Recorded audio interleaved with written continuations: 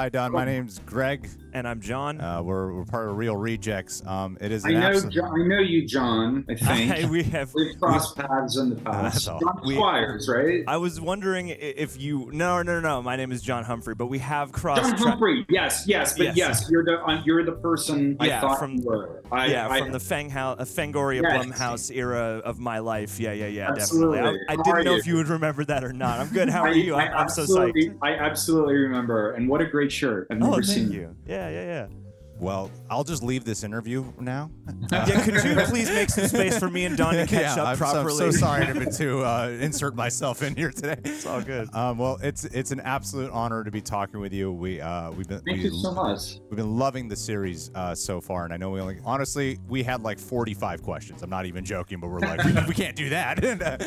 So I'll just kick it off with asking you this. There was something in the penultimate episode that stood out to me, and it was a moment when Lexi is having a confrontation early on with Jake and Devon, and is basically saying like, we don't even really have anything in common. And obviously there's a resolve by the end where they do come together, but it got me curious. What do you think Jake, Devon, and Lexi, other than like trauma bonding, what do you think they would actually communicate about or talk about together on their own fun time? I think they would talk about the fact that they all have had remarkably shitty parents, except not Devon. Devon's mom was great. but I think that's something that Jake and Lexi, like, even if Chucky had never been the thing that came and glued them together, that they may have found some common ground. But I think it's a legitimate real life kind of question to ask. I think particularly in the context of sort of YA material, that I thought that issue, something that we've tried to do throughout both seasons of the show is, especially through those characters, keep things touching the ground a bit, because there's so much that's over the top about the world of Chucky. It's important to balance that out with real stuff. And we all have that experience where, like, friendships, even our closest friendships, you go through bad patches, they get tested, and all relationships evolve and change. And I think that's, in that scene, that's the real life issue that they're dealing with. That in the midst of all this trauma, they've all been sort of set on different paths that make their friendship, you have to fight for it. It's like anything good in life, you have to, you can't take it for granted, and you have to work at it. And some of these issues, they're left hanging at the end of that episode, and we address them. I don't know if you guys have seen the finale, but they sort of get addressed in the finale as well. Oh, that's good to hear. I mean, I think that's beautiful, and I like the resolve that they do come together at the end, because at the end of the day, they do survive together, and I think that's one of the strengths about the trio of them. Yeah, absolutely. And kind of segueing then, into the spiritual work, the spiritual side of everything. I mean, we grew up Catholic, certainly, and I know you have some experience there. Woo! And I've loved the Incarnate Lord setting this season, and I just wanted to know if there's anything, particularly cathartic for you in the process of writing and shooting season 2. Was there anything that you were able to exorcise from yourself? Were any of those confessions personal? Big time. I mean, and to the point that I'm honestly lightly disappointed that I have not heard any anger from the Catholic Church about this. That's so surprising. I know. That was one of our other questions. That was one of the other questions. Yeah, they have bigger fish to fry, apparently. But there was this really important moment in my upbringing as a Catholic and a potential Catholic, and ultimately a very lapsed Catholic. And it was something I was at one point going to put in the season, but we couldn't work it in for various reasons. But the real story is this. It's like when I got to 8th grade, my parents actually sent me then to an Episcopalian school. Wow. Mainly, just because it was a good school and they had a great running program, and I was a runner and I got a scholarship. And anyway, but it was only once I got there that I honestly took church history classes and Bible history classes. Because up until then, I don't know what you guys' upbringing in the church was like, but mine was it's not casual is not the right word, but it was obligatory, and like this thing that we had to do on Sundays. And it was like nobody liked it, and everyone was in this sour mood, and we had to, but we didn't have a Bible in the house. I didn't know anything except what I was being spoon-fed by these priests and nuns in CCD class. But when I went CCD. to I've heard that in so long. Flashbacks. And anyway, it was when I was taking a church history class at this Episcopalian school that I found out about the concept of transubstantiation, which I don't know if you are familiar, but the Catholic belief that during the Mass, the host, the communion wafer, the host, and the wine literally transforms into the flesh and blood of Christ. Yes. Not a symbolic or metaphoric thing, a literal miracle. We are literally eating the flesh of Christ and the blood of Christ. And I thought, that's insane. So I came home and it's like, I didn't know we were supposed to, what? This seems crazy to me. I go home, we're at dinner, and I bring this up. Hey, I just learned this thing. We're supposed to believe this. And my father said, that's ridiculous. No, we're not. I said, yes, we are. And I got the book. I brought the book to the dinner table and I showed them in black and white. And my father got really mad at me. And he said, it's just a real kick in the teeth. This is the phrase he used. The real kick in the teeth when your own kid, criticizes, the religion that he was brought up in. And it was at that moment that I realized, oh my God, they're all full of shit. They're all just making this up. They're all like, they didn't know this. And it was very liberating, because I think I was like 13, very liberating. It's like, oh, I don't have to take all of this literally. I don't, and more pertinent to our discussion, I don't have to take on, too seriously this notion that because I'm gay, I am bad and going to hell and all the other shit that the Catholic teach. So anyway, I just thought it would be fun for Chucky to ramble on at one point, but I didn't get to do that. But yeah, it was very cathartic, but at the same time, it was never my intention making fun of the church too facile, because I just thought that would be too easy, which is why I wanted to make Father Bryce ultimately a good guy and have the character of Sister Catherine, who is the sort of progressive voice of the church in our story, because there was like stuff that we ended up having to cut, but that character's backstory, she talks about the good things about the church. She's like that her backstory was that she was a wild child when she was younger, and just her life went out of control with drugs and the wrong crowd, and the church saved. So I thought it was important to acknowledge in the context of all of this that, the church does do good things and there are good people in it, of course, So I hope it doesn't come off too facile, but they do have it coming. I don't think so. And because of how you portrayed Father, like with Devon Sawa, I think that's apt. And weirdly, I think because you do a Catholic exorcism in the show, which is something Catholicism believes in, and that it's really implemented well in here, I feel like it actually doesn't serve as an insult.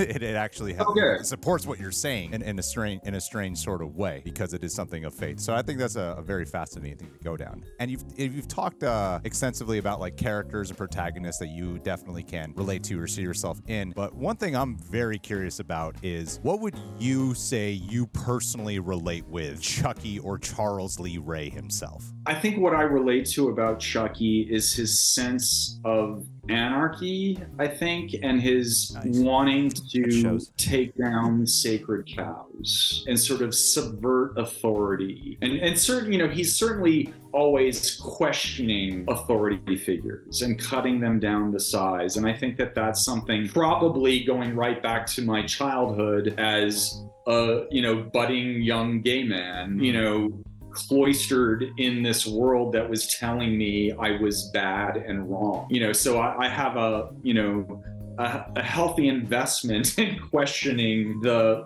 dogma that's fed to me. And I think that's something that Chucky does too. Of course, he deals with that very violently, so I don't have to. I could just maintain, he's the bad cop to my good cop, I guess. So there's a bit of catharsis even with writing Chucky himself. I love writing Chucky. Yeah, and I think the other writers who've been on the show feel the same way. It's just like he's just a great outlet for those kinds of impulses, and particularly expressed with a dark humor. Yeah. I remember one time someone told me, that like one of the most important things for a writer in Hollywood to figure out, writing something or creating something that serves as a good vessel for your own sensibility. And I think that Chucky and the franchise in general is sort of like a good vessel for me to express my wackadoodle sensibility. Yeah, absolutely. And I mean, it's really impressive to me, especially in a time where we have, well-worn slasher franchises like skipping over entire swaths of sequels and things like that. Like you and your, troupe at this point have kind of been shepherding this for over 30 years and somehow, always embracing, each element of the process. So I guess my question then would be, after 30 plus years since the original Child's Play, like what is the key to, staying inspired and, continuing on and reacting to the franchise and its legacy without, without feeling any of that wear and tear, like Chucky feels as sharp as ever now as it did before? Yeah, I just have always loved it. I always loved the character, and the older I get, the more grateful I feel and the more lucky I know I am to be even in this position to do this. So yeah, it's just been such a blessing in my life, and the people as well have, I think I've really lucked out and gotten to work with and gotten to know a lot of incredibly talented people, but also really kind and nice and like-minded people, as it turns out. I mean, I think I'm good at choosing those kinds of people, but there is a big element of luck in it. But, I think we're all very much alike in the sensibility that we were just discussing. So it doesn't get old to me. And I think, if anything, the TV show has reinvigorated everything as I figured it would. I mean, that's one of the reasons I wanted to take it to television, because after I worked on Hannibal, which was like my favorite thing, it was like so much fun to do. Just the process of making TV, working on Hannibal to me was like, wait a minute, we go to a room and we talk about Hannibal all day and we get paid. It's like, I would do it for free. Don't tell Brian Fuller, but I would do that for free. And so it was so interesting to see how Brian, marshaled all these like-minded Hannibal fanatics and horror fanatics to help elevate this to a new level. Because I've been a huge fan of the Hannibal franchise books and movies since it started. Just through coincidence, I mean, I'd gotten to know and worked with many times the De Laurentises, Dino De Laurentiis and Martha De Laurentiis and Raffaella. And because they knew I was such a Hannibal fanatic, I even got to see like the earliest version of Hannibal Rising, when wow. Dino got, Thomas Harris to write the book. And so and I'm like, oh my God, he actually wrote the script first. He wrote the script first. Oh, cool. and then made that into a book. But what was my point in bringing that up? It's just to see how these amazingly talented people come together and out comes this amazing TV show. I think what I'm trying to say is I knew that just like through my fellow writers, fellow directors, fellow EPs, I knew that the collaborative nature of television, if I cast it correctly, and when I say cast it, I mean behind the camera, that it could help make it even better. And I think that has come to pass. And I think that, I have to give a lot of credit to the team, because it really, making a TV show really is a team sport. I mean, making a feature film is too, but even more so and exponentially so in television. It's been awesome. We have a great time making that show. We really do. It shines through. You get that vibe of a great sense of community. A million %. And I know we've gone a little bit over time here, so I really appreciate for your generosity. if there was just one more just fun question, of course, off with, and I've been absolutely loving the answers. I feel like we both have. No, I could do this for like we could do hours. 2-hour podcast here. We'd say that. Do you ever see Chucky ever truly ending? And if it were to end, would you want it to end with a series finale or a culmination with a movie, like bringing the TV characters in? I don't want it to end. Yes, that is the correct answer. That's the right answer, Don Mancini. It's not going to end. I mean, it's going to outlive all of us. I mean, Yes. we'll go on and fall to other hands, and hopefully those hands will be as enthusiastic about it as all of the hands that have been working on it for the last 30 some years. But I certainly have lots more ideas and enthusiasm for other iterations of Chucky, television seasons and movies. So it's really ultimately up to you guys. Us two specifically. You guys are certainly doing your part. Clearly, you're doing your part. And in all seriousness, thank you. Much appreciated. And it's always so much fun to talk to people who, intelligent people who like the show. I mean, that is the nicest feeling in the world. Oh, that's so kind of you. Thank you. No, it's one of the highlights of the week, especially for me. It is. So. And it's something that we've said publicly many times. One of the reasons we love the Chucky franchise is because of the fact that it does evolve and it does embrace its previous iterations. Like, there's so many questions that we just love the fact that it does change up its genres and it doesn't ever try to just reboot or remake. It feels like constant continuation, but manages to feel refreshing over time. I'm not just kissing ass here. This is something we've said publicly several times. And just the way you're able to take things that maybe you weren't jazzed about initially and then make them great. Like, going from the voodoo originally to then having this full-on exorcism, which is one of my favorite sequences in the whole show. John Hyams directed that episode, and he's such an amazing director. And it was a great script. The writers of that episode, Nick Ziegler and Amanda Blanchard, we knew it was good when we were making.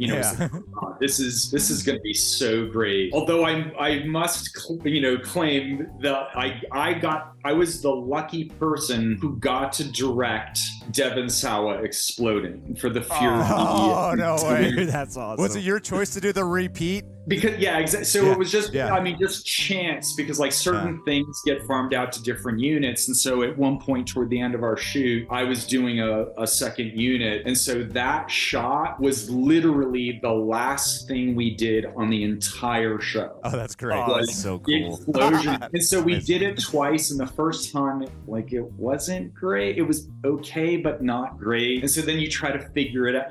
What can we do? We need to do this. We need to pack this in here. I mean, as if I know what I'm talking about, but the special effects experts. And then we did it the second time, and it was like, oh my God, that's so great. Because I wanted it to be as much like the Fury as possible. And so even just that we got the shot of the head falling down toward the floor like Cassavetes said in the Fury. Yeah.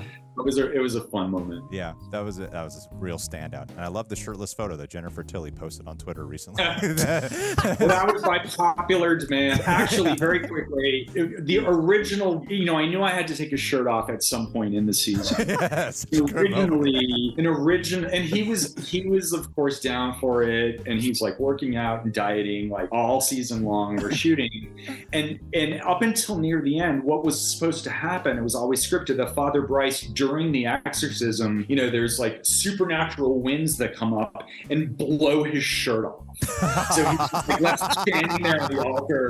And that's what we were going to do. But it turns out just blowing up the Devon Sawa dummy, it's just much more complicated to do that. It's just more forgiving to have the dummy draped in clothing. So so Devon was like, what? I've been dieting and working out like a maniac for nothing? And I said, don't worry, you're taking your shirt off.